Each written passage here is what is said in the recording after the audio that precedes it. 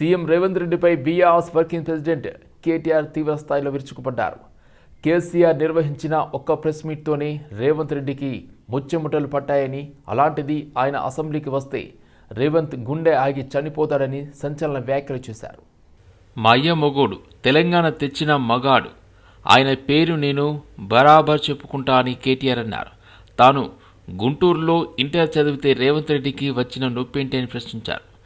రేవంత్ అల్లుడు కూడా ఆంధ్ర వ్యక్తే కదా, ఆయన చిట్టినాయుడు కాదు, భీమవరం బుల్లోడు అంటూ వ్యక్తిగత విమర్శలు చేశారు. సంచులు మోసి జైలుకు వెళ్లి పేమెంట్స్ కోటాలో రేవంత్ రెడ్డి ముఖ్యమంత్రి అయ్యారని కేటీఆర్ ఆరోపించారు.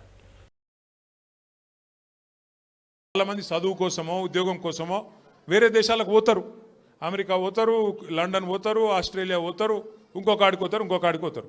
ఆ దేశాలలో ఇళ్ళలో నౌకర్లు ఉండరు కదా, ఆ దేశాలలో ఏం చేయాలి? మనది మనమే పని చేసుకోవాలి, మన బట్టలు మనమే ఉతుక్కోవాలి, మన వంట మనమే వాడుకోవాలి, మన టాయిలెట్ మనమే క్లీన్ చేసుకోవాలి. ఈ పిచ్చోనికా ఏం తెలియదు, చదువుకున్న బాపతేనేమో తెలుస్తుండే. ఇక మాట్లాడతాడు, ఏమంటాడు, వీడు ఇప్పటికీ అమెరికాలో బాత్రూమ్లు కడుగుతూనే అంటాడు నన్ను. అరే అమెరికాలో నా బాత్రూమ్ నేను కడుక్కున్నా, నీకేం వచ్చింది రాబాయ్, నాకు అర్థం కాదు. అమెరికాలో ఎవరిది వాళ్ళు చూసుకుంటారు, పని చేసుకుంటే కూడా తప్పేనా? ఎవరి ఇళ్ళలో వాళ్ళు బాసాన్లు తోముకుంటే తప్ప, ఎవరి ఇళ్ళలో వాళ్ళు బట్టలు ఉతుకుంటే తప్ప? అంటే మరి మా ఆడపిల్లలు మీరు అందరు ఉన్నారు, ఇంటి పని అంతా మీరే చేస్తారు, మరి ఇంటి పని మొత్తం మీరు చేస్తారు తప్ప అది?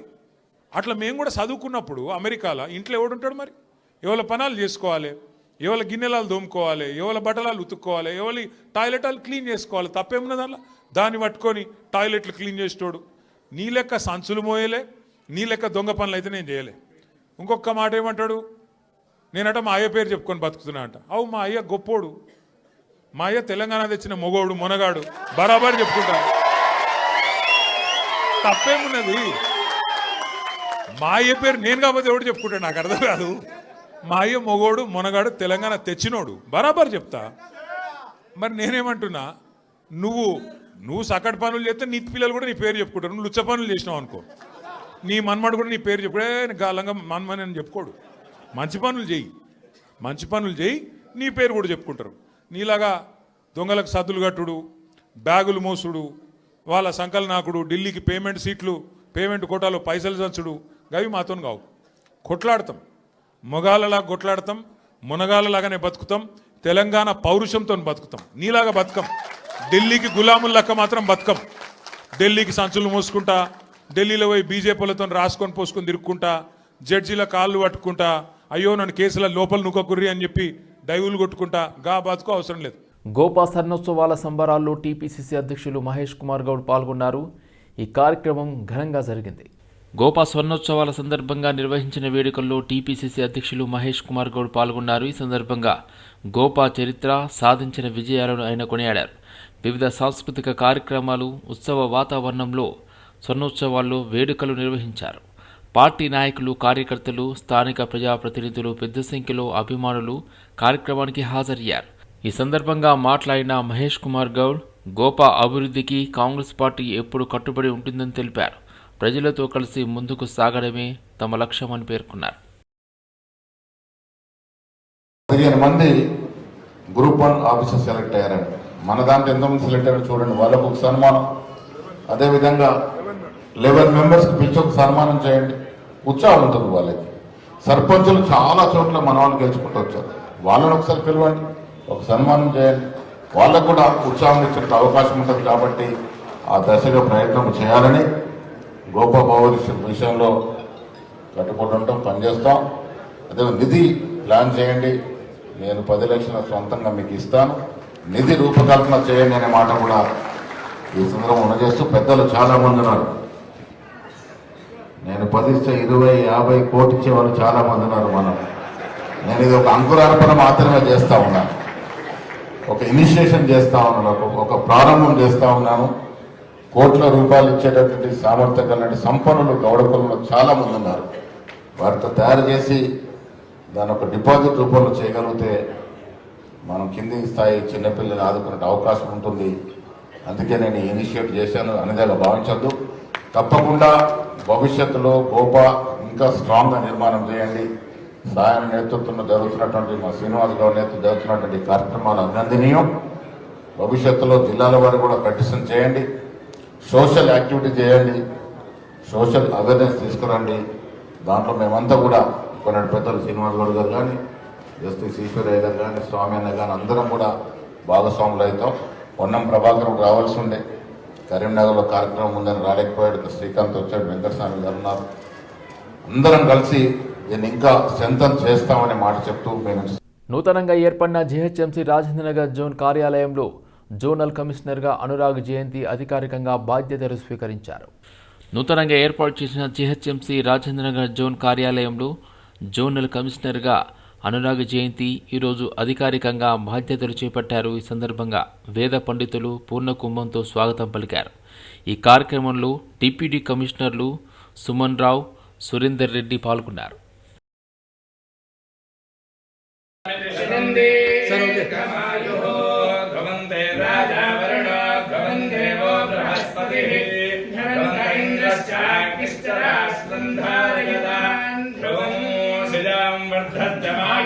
ఓల్డ్ బోయినపల్లి 119వ డివిజన్ కార్పొరేటర్ ముద్దం నరసింహ యాదవ్ జన్మదినాన్ని పురస్కరించుకొని పుష్పగిరి కంటి ఆసుపత్రి ఆధ్వర్యంలో సదాశివ హై స్కూల్లో ఉచిత కంటి వైద్య శిబిరాన్ని ఏర్పాటు చేశారు. ఈ శిబిరానికి ముఖ్య అతిథులుగా రిటైర్డ్ ఎంఆర్ఓ రాజేశ్వరరావు, మహేంద్ర యాదవ్ హాజరై రిబ్బన్ కట్ చేసి కార్యక్రమాన్ని ప్రారంభించారు. అనంతరం వారు మాట్లాడుతూ ఇటువంటి వైద్య సేవలు ప్రజలకు ఎంతో ఉపయోగకరమని, ముఖ్యంగా పేదలు, వృద్ధులు ఈ అవకాశాన్ని సద్వినియోగం చేసుకోవాలని సూచించారు. ఈ ఉచిత కంటి వైద్య శిబిరంలో అనుభవజ్ఞులైన వైద్యులు కంటి పరీక్షలు నిర్వహించి అవసరమైన వారికి వైద్య సలహాలు అందించారు. స్థానిక ప్రజలు పెద్ద సంఖ్యలో హాజరై శిబిరాన్ని విజయవంతం చేశారు. ఈ కార్యక్రమంలో డివిజన్ ప్రెసిడెంట్ ఇర్ఫాన్ భాయ్, జనరల్ సెక్రటరీ మేకల హరినాథ్, డివిజన్ బీసీసీఎల్ అధ్యక్షులు మట్టి శ్రీనివాస్, ఎస్ఎస్ఎల్ అధ్యక్షుడు బురి యాదగిరి, మహిళా అధ్యక్షురాలు లలిత, నాయకులు రాజు యాదవ్, బీఆర్ఎస్ పార్టీ నాయకులు తదితరులు అధిక సంఖ్యలో పాల్గొన్నారు. ఓల్డ్ బోయినపల్లి పరిధిలోని 119వ డివిజన్ ముద్దం నరసింహ యాదవ్ కార్పొరేటర్ గారి జన్మదిన సందర్భంగా ఈరోజు సదాశివ కాన్సెప్ట్ స్కూల్లో ఐ క్యాంప్ ఏర్పాటు చేయడం అయింది. ఇది ముఖ్యంగా పేదవాళ్లకు, పేద ప్రజలకు చాలా అనుగుణమైన ప్రోగ్రాం. ఇది దాదాపు ఇదే ప్రోగ్రాం అంటే ఈ పేద ప్రజలు ఎవరైనా ఐ క్యాంపు రాకుండా హాస్పిటల్కి వెళ్ళి పరీక్ష చేయించుకొని, ఆపరేషన్ చేయించుకొని, అద్దాలు, మెడిసిన్ తెచ్చుకుంటే సుమారు 10 నుంచి 20 వేల వరకు ఖర్చు అయ్యే అవకాశం ఉంటుంది. అటువంటి ప్రోగ్రాం మొత్తం మన నరసింహ యాదవ్ గారి జన్మదిన సందర్భంగా ఉచిత ప్రోగ్రాం ఏర్పాటు చేసింది కాబట్టి పుష్పగిరి వారి హాస్పిటల్ వారి సౌజన్యంతో మళ్ళా మన మహేందర్ యాదవ్ గారి ఆధ్వర్యంలో ఈ ప్రోగ్రాం నడుస్తుంది కాబట్టి ఈ 119వ డివిజన్లో ఉండబడే అందరు పేదవారు, ఉన్నతవారు అయినా సరే, పేదవారు అయినా సరే, ప్రజలందరూ వచ్చి ఈరోజు ఈ ప్రోగ్రాం సద్వినియోగం చేసుకొని ఈ ప్రోగ్రాం బాగా యూజ్ చేసుకోవాల్సిందిగా మేము నరసింహ యాదవ్ జన్మదిన సందర్భంగా చెప్తున్నాము. ముఖ్యంగా ఈరోజు ముద్దం నరసింహ యాదవ్ గారి జన్మదిన సందర్భంగా పుష్పగిరి వారు ఉచితంగా కంటి ఆపరేషన్లు చేస్తున్నారు. మరియు నేను మా అన్న తరఫున నేను అందరికీ ఉచితంగా అద్దాలను పంపిణీ చేయడానికి ముందుకు వస్తున్నాము. ఇటువంటి అవకాశాన్ని మీరందరూ సద్వినియోగం చేసుకోవాలని కోరుకుంటున్నాను.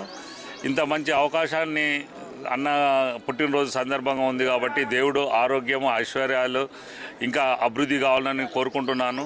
ఇటువంటి పేద ప్రజలకు సాయం చేస్తున్నందుకు అందరు మొహల్లాలో సంతోషం ఉంది. आज ओल्ड बोइनपल्ली में मुद्दम नरसिम्हा यादव जो हैट्रिक कॉरपोरेटर है, उनकी सदारत में जो आई कैम्प जो मुनक़िद किया जा रहा है पुष्पगिरी हॉस्पिटल की तरफ से, जिसके इंचार्ज हमारे महेंद्र यादव साहब है, मैं उनका तहे दिल से शुक्रिया अदा करता हूं और आवाम से मैं गुजारिश करता हूं ऐसे कैम्प बहुत कम होते हैं जो हमारे मुद्दम नरसिम्हा यादव साहब और हमारे महेंद्र यादव साहब की निगरानी में जो काम हो रहा है, आप लोगों से गुजारिश करता हूं कि आप लोग ज़्यादा से ज़्यादा तादाद में यहाँ पर आके इसको इस्तेफादा कीजिए.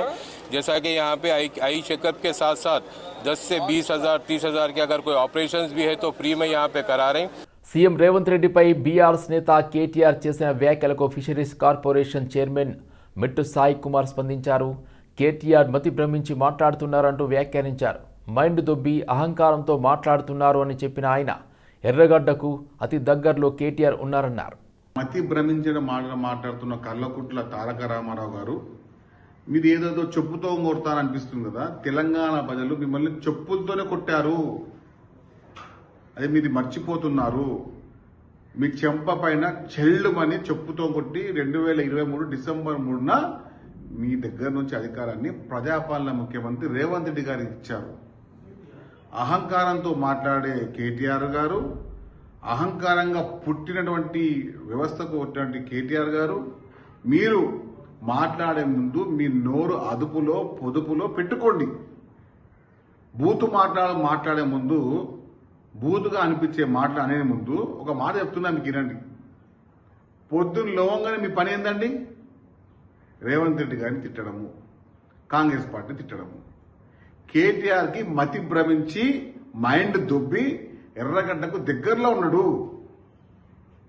కల్వకుంట్ల కుటుంబం మొత్తం వ్యవస్థ కూడా వచ్చినా కూడా రేవంత్ రెడ్డి గారి కాలి గోటికి సరిపడని చెప్తున్నాం. చిల్లర మాటలు మాట్లాడుతూ ఉన్నారు, మతి భ్రమించి మాట్లాడుతున్నావు, ఏం మాటలు తెలుగులో మాట్లాడుతూ ఉన్నావు. నిన్ను మీ యొక్క అహంకారమైనటువంటి వ్యవహారాలను, వారి పనులను తెలంగాణ ప్రజానికం ఇంకా మర్చిపోలేదు. మీరు చేసిన మోసాలు మర్చిపోలేదు. మీ అహంకారం కారణాలు ఎక్కడ మర్చిపోలేదు.